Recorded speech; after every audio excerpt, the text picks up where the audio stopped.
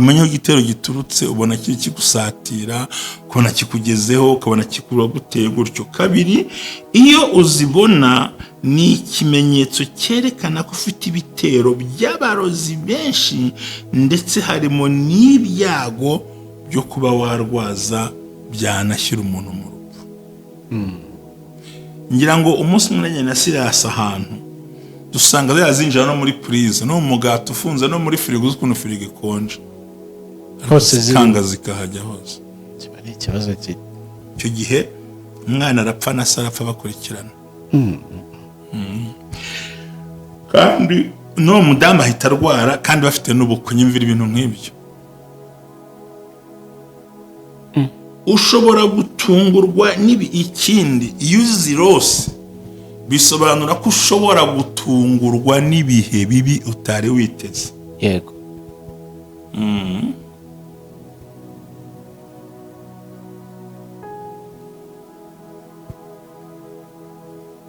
Ugiye gutungurwa n'ibintu utari witeze. Ushobora gutungurwa n'ibihe bibi utari witeze mu buzima bwawe. Ibihe bibi utari witeze. Yego. Ufite sinarinzi ko iki nta kizantwara, iki nta kizantwara, iki nta kizagira gute, ukisanga wadibukiye mu mwobo w'ibintu bito cyane bitateganyaga. Ikindi bisobanura ko gutungurwa nkurikire ndagukora iki gutungurwa bisobanura gutungurwa n'imico mibi ku muntu mubana, umugore cyangwa umugabo.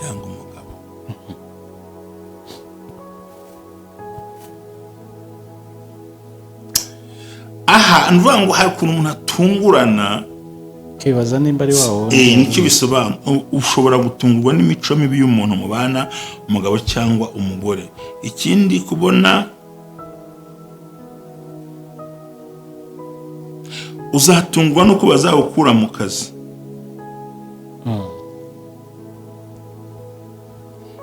Kandi abo mwabanaga, abo mwakoranaga mu kazi mwabagamo, uzatungwa no kubona akukuyemo kandi wari umuhanga.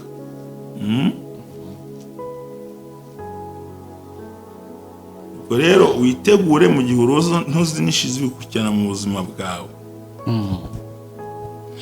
Udasenze uzatangazwa nuko mu nshuti wizeraga ariho hazavamo abanzi bawe. Abo wabwiraga ibintu byawe buri munsi niyo bazaguhindukira babisha. Noneho kurota intozi ziri munsi y'umusego wawe, pillow wano mano waryamira. Yego. Ni ikimenyetso cy'umwuka uzagutera ukajya mu isi y'umwijima ndetse ukababara.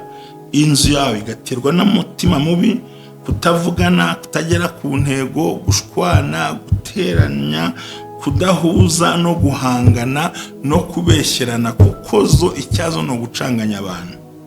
Imigambi mibi yose. Kindi bisobanura ko Satani ashaka kugira kwegereza umwanzi wawe, ariko yusenze uwo muntu agenda kuvaho, ntabwo kugenda iruhande. Kuzibona ari nyinshi bisobanura ko ari ikibazo bizagutera binyuze aho utazi aho bivuye. Umwanzi azakoresha amayeri menshi n'abantu benshi. Yego. Vango Satani azakoresha amayeri menshi n'abantu benshi kugira ngo ukirwe hanze. Uyizibona ku myenda yawe cyangwa ku mubiri wawe, bisobanura ko nta mutekano ufite, ikintu cyose cyawe kigiye kwangizwa muri urwo hejuru. Senga Imana ibihagarareho. Yego.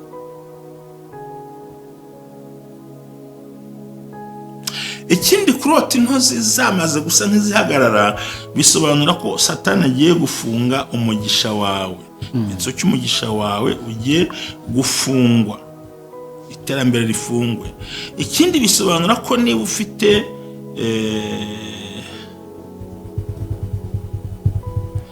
ufite ibintu wakoraga byashobokaga cyangwa ikindi kintu cyiza wari utunze muri wowe, witeze kuzakibura kuko umwanzi yaguhagurukiye kukurwanya, ndetse bamwe mu bafite imbaraga kuri wowe bagiye kuzagushyira mu bikorwa byabo, ku buryo bazashiduka baguhuje n'abarangi n'abarozi, wisange mu kabaro, usange ko uvuga utari ko se ko nonshisha biturutse. Haleluya, haleluya, haleluya, haleluya. Ubumwe bw'Abera Ministries uyobowe na Reverend Ntababazi Jean Baptiste, aho amavuta akandagira amateka dushingiye ku mvugo y'ijambo ry'Imana rigaragara mu gitabo cyayo ibice 33 umurongo wa 14 kugera ku wa 16, hasobanura yuko Imana ivugira mu nzozi no mwiyerekwa bya nijoro abantu bashyizweyo, bityo abaho umugambi wo gusobanura kugira ngo udatesha agaciro inzozi zawe nizo wowe. Ntaho uzatandukana n'imvugo y'Imana, wizitesha agaciro, wizisuzugura, izigambiriye kukugirira nabi zishingiye kuri karande ufite n'Imana ibikubwira, bisenye biveho, ibishingiye mu kuri nabyo bisenga ukiranuke. Ubumwe bw'Abera Ministries, buri muntu wese mu itorero rye abo wejejwe akore nk'imirimo, ariko duhurire mu gukiranuka no kubaka ahazaza hawe hashingiye ku nzozi zawe n'imitekerereze yawe n'ibikorwa byawe. Uri uw'agaciro, uriwe, kandi uriwe niyo Imana izubakiraho amateka adasanzwe. Ubumwe bw'Abera Ministries, umuntu arisanzura akamenya yuko Imana iri mu ruhande rwe. Shalom, shalom. None ndabasuje, mbifurije kugira ibihe byiza aho mudukurikiye muherereye hose, abari mu Rwanda, bari hanze y'u Rwanda. Ikaze ku Bumwe bw'Abera Ministries, amavuta akandagira amateka, ubuzima bugahinduka. Nitwa Jerry, ndi kumwe na Mushumba nk'uko bisanzwe. Muratumenyereye mu biganiro bitandukanye, abakoze subscribe turabashimira, abakunda kubisharinga cyangwa se no kubyumva, Imana ijye ibaha umugisha cyane. Kwishyura mitiweli ku bantu badafite ubushobozi nabyo birakomeje, Imana ijye ibafasha cyane. Mushumba, waramutse? Naramutse amahoro, ndashima Imana n'abantu bayo bose.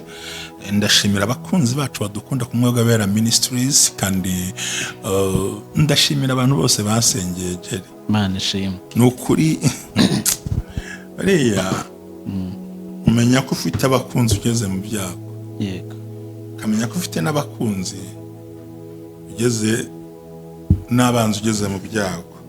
Hakurya nta banzi nabonye, yego, babonye abakunzi. Ni ukuri abantu baransengeye ku rwego kuva cyagiye, ariko ujya muntu yahise yicuza disi. Banditse ngo wagiye urya bike ntuze kuduhagira, hatazi ko ndwaye yasepfa. Kuva urya munsi Imana yaramfashe. Ndashimira umubyeyi witwa Virgile wandangiye umuti, nkaba narabashije gukira mu buryo bukwiriye. Muri make ndashima Imana tu, ariko urabona ko tujya kubisohokamo Satani yadukozemo agatendo. Niko amera, harya barabyibuka. Niko amera Satani. Nakoze impanuka, amenyo yaravuyemo yose, Imana irayarinda. Umunwa ntiwanabyimba, sinagira icyomba.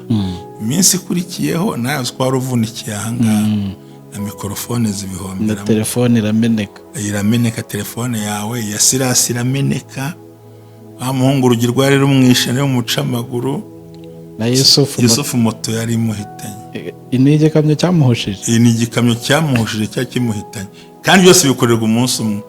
Ubundi shitani yagiye guturumbuka mu bintu byawe, asiga yishe ibintu byinshi, ariko turashimira Imana ko tugihumeka. So rero ndagira ngo nshimire abantu bose babigizemo uruhare mu isengesho. I am very physically fit. Even my sound, nijwi ni sawa, very sounding neza. My feet, my body, my face, my arms.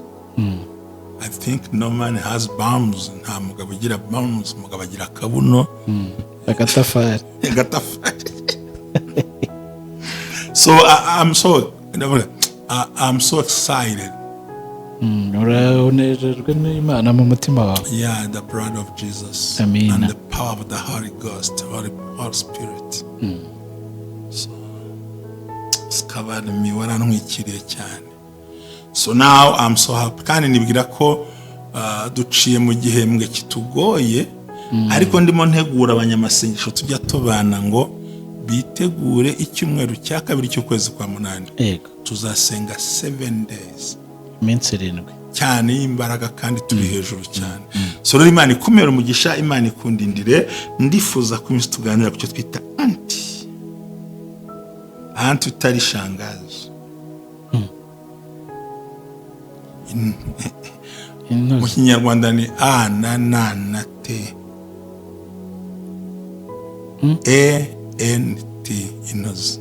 Yego nyine nibyo nari tuganira muri famille y'intozi, inshishi, ibimonyo, byose iyo umuntu abirose. Ubwo no kuri biba ari sawa ko birota. Oya none cyangwa nibyo uri gusoma.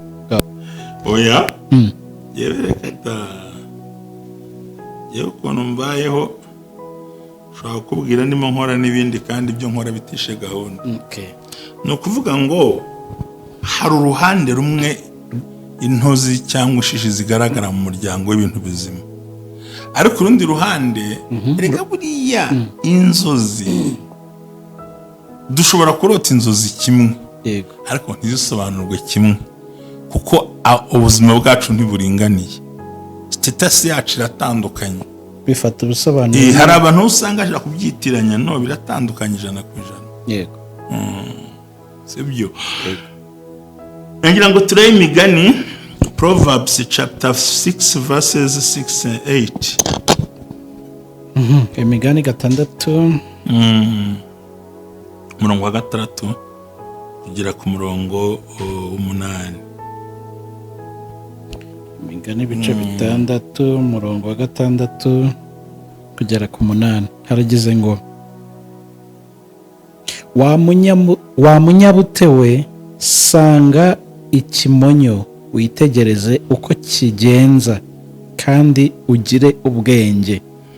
Ntikigira umutware cyangwa igisonga cyangwa shebuja, ariko gihunika ibyo kurya byacyo muki kandi mu isarura kikishakira ibigitunga. Uzasinzira ugeze ryari wa munyabute we? Uzakanguka ryari?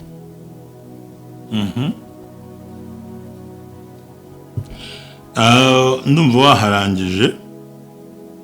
Bibiliya yerekana ko ari udusimba dufite ubwenge, dukorera hamwe, dukundanye, dukorera mu itsinda, tuzi igihe cyo gukora ndetse no guhisha ngo ibyo bizarya mu gihe cy'imvura, kabishaka mu gihe cy'izuba. Guhunika. So izi nzozi akenshi zijyana n'ibitero by'imyuka mibi iyo ukurikiranye neza mu nzozi wagiye urota. Abyumvise? Yego.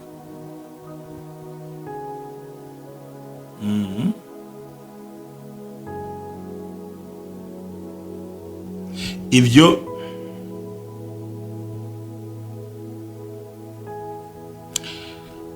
ikindi iyo ugiye kwishira nuvuga ngo iyo izo nzu zisobanura ubundi by'ukuri gukorera hamwe.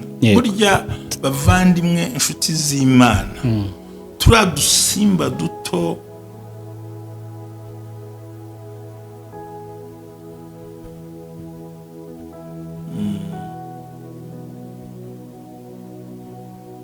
turiya dusimba duto duto turimo zinshi navugaga. Icyambere izo nzozi akenshi zijyana n'ibitero by'imyuka mibi iyo ukurikiranye neza mu nzozi. Uzarebe ntabwo umenya igitero giturutse cyatwa.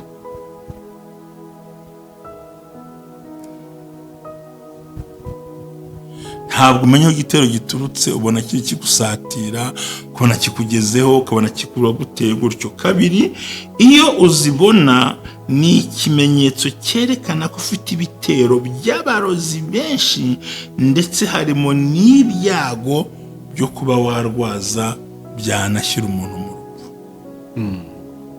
Ngira ngo umunsi umwe na Sirasi ahantu dusanga zazinjira no muri purize, no mu mugati ufunze, no muri firigo, ukuntu firigo ikonje hose zikanga zikahajya hose. kiba ari ikibazo icyo gihe umwana arapfa na se arapfa bakurikirana. Kandi n'uwo mudamu ahita arwara kandi bafite n'ubukwe. Nyumvira ibintu nk'ibyo. Ushobora gutungurwa ikindi iyo uzirose bisobanura ko ushobora gutungurwa n'ibihe bibi utari witeze. yego.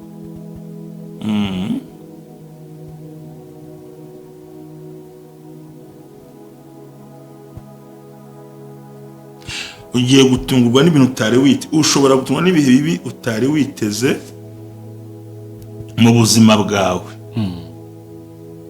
Ibihe bibi utari witeze. yego.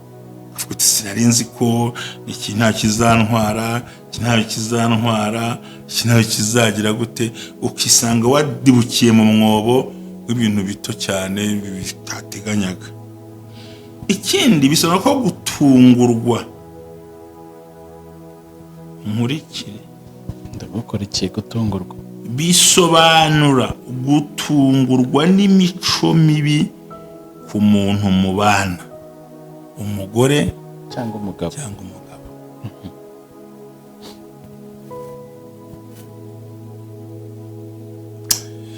Aha nvuga ngo hari ukuntu umuntu atungurana, kibaza nimba ari wawo.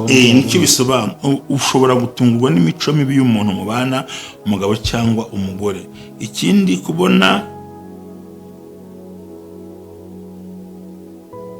uzatungwa nuko bazawukura mu kazi.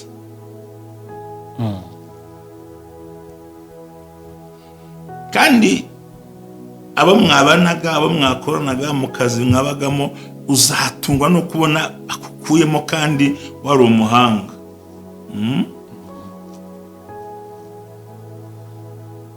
Ubwo rero witegure mu gihe uroza ntuzinishize bikurikirana mu buzima bwawe. Udasenze uzatangazwa nuko mu nshuti wizeraga ariho hazavamo abanzi bawe. Abo wabwiraga ibintu byawe buri munsi niyo bazaguhindukira babisha. Noneho kurota intozi ziri munsi y'umusego wawe, pilo wano mano waryamira, yego, ni ikimenyetso cy'umwuka uzagutera ukajya mu isi y'umwijima ndetse ukababara. Inzu yawe igaterwa n'umutima mubi, kutavugana, kutagera ku ntego, gushwana, guteranya, kudahuza no guhangana no kubeshyerana, kuko zo icyazo no gucanganya abantu. imigambi mibi yose. Ikindi bisobanura ko Satani ashaka kugira kwegereza umwanzi wawe, ariko iyo usenze uwo muntu agenda kuvaho, ntabwo kugenda iruhande. Kuzibona ari nyinshi bisobanura ko ari ikibazo bizagutera binyuze aho utazi aho bivuye. Umwanzi azakoresha amayeri menshi n'abantu benshi. yego. Vango Satani azakoresha amayeri menshi n'abantu benshi kugira ngo ukirwe hanze. Uyizibona ku myenda yawe cyangwa ku mubiri wawe, bisobanura ko nta mutekano ufite, ikintu cyose cyawe kigiye kwangizwa muri urwo hejuru. Senga Imana ihagarareho. yego.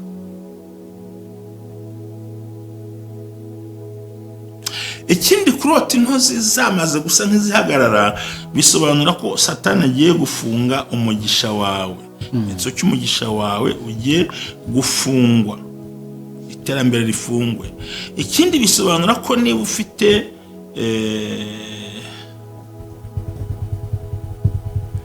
ufite ibintu wakoraga byashobokaga cyangwa ikindi kintu cyiza wari utunze muri wowe, witeze kuzakibura kuko umwanzi yaguhagurukiye kukurwanya. Ndetse bamwe mu bafite imbaraga kuri wowe bagiye kuzagushyira mu bikorwa byabo, ku buryo bazashiduka baguhuje n'abarangi n'abarozi, wisange mu kabaro, usange ko uvuga utari ko se kono nshishi biturutse. Rero inshishi wazirota, imiswa, ibikeri, nako ibimonyo, ibyo byose muri famiye imwe, nusobanura ngo wirinde kuko ugiye kugira intambara ikomeye mu kubaho kwawe kandi ibi gutegereje. Iyo uroshe uzica cyangwa uzitwika cyangwa uzitera umuti, iyo urota uzica uzitwika uzitera umuti, bisobanura ko ugiye gusohoka mu bibazo wari urimo kugira intsinzi ikomeye. Ibimenyetso by'ibyiza, abantu baguteye barakugarukiye, ibintu byakuvuye birahindutse biba bishyashya, kandi nkubwira ngo kurota izi nzozi hari icyo ugomba gukora. Ni Zaburi ya mbere ya kabiri umurongo wa 12. Tuhasome.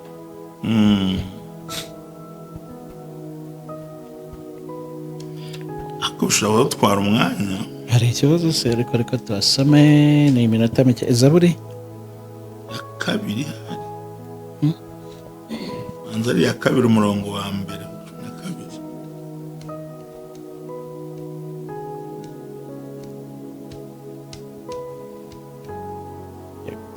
Ya kabiri umurongo wa mbere.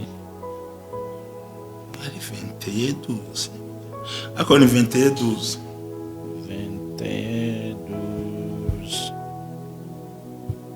Kuko bagambiriye kukugirira nabi, bagiye inama batabasha gusohoza. Waharangije. Sinarinde Imana Aburahamu noneho. Satani n'umugome. Satani n'umugome. Satani n'umugome. Yego. Nari nkubwiye ngo irose uzica, uzitwika, uzitera umuti, bisobanura ko ugiye gusohoka mu bibazo wari urimo, kugira intsinzi ikomeye, ikimenyetso cy'ibyiza mu buzima bwawe. Abantu bagutaye bagiye kugarukira, kandi ko bakuzanye intambara zikuvuyeho. Kurota izi nzozi hari icyo ugomba gukora. Zaburi twabonye nk'iri mu 12 haravuga ngo 12 katwongere.